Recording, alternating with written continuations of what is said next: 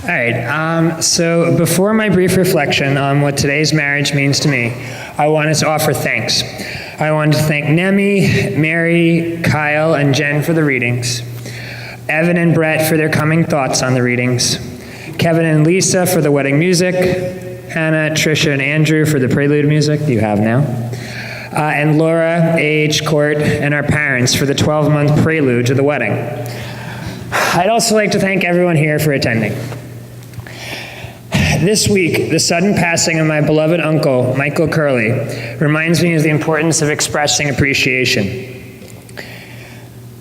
I was not able to thank him enough for the Tioga helicopter, the Camelback climb, and for embodying everything it means to be an Irishman.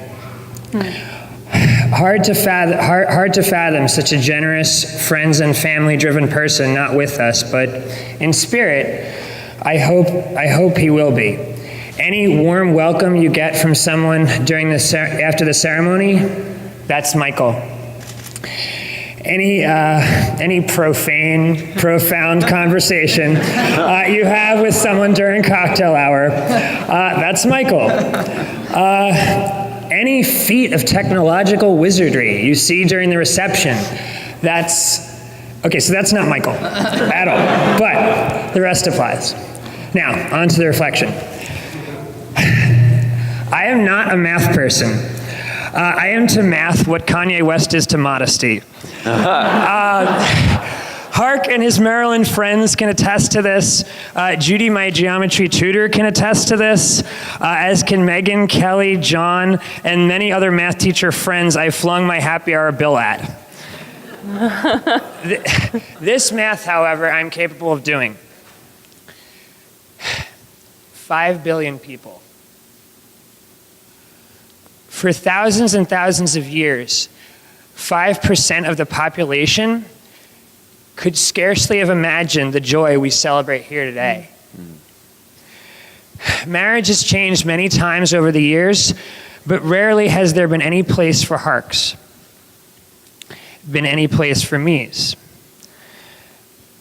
5 billion aching holes, 5 billion lives left in part unfulfilled. And yet, here we all are today. That simple calculus, no one would choose a life of persecution, has finally been understood. Love has been acknowledged as the thing it's always been. Love. And how lucky is that? What did I do, Hark do, and all of us do to deserve such good fortune? Fortune that billions before us never got. I don't know, but I know that I'm thrilled that it's happened. It fills my mind and heart with hope that change is possible. As time marches on, progress marches with it. As a kid, I was jealous of my parents and relatives that they got to grow up through the 60s. As an adult, I got to experience the gay 60s. 10 years ago, I was hidden. To my friends, to my family, to my students, and to Hark. Standing before you today, I am human. Hark is human. That journey from hidden to human may feel done. It's hard to top standing on the Supreme Court steps one Friday and at your own wedding the next Saturday. Ultimately, though, the journey continues. 10 years from now, who knows what Hark and I will be up to? Some small, understated event, I'm sure.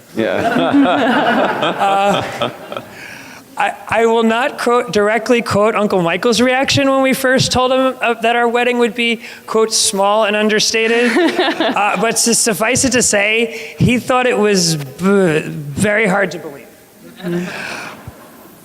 More likely, 10 years from now, we will be doing something many couples were never able to do. Something that Hark points out that we talked about on our first date, raising children.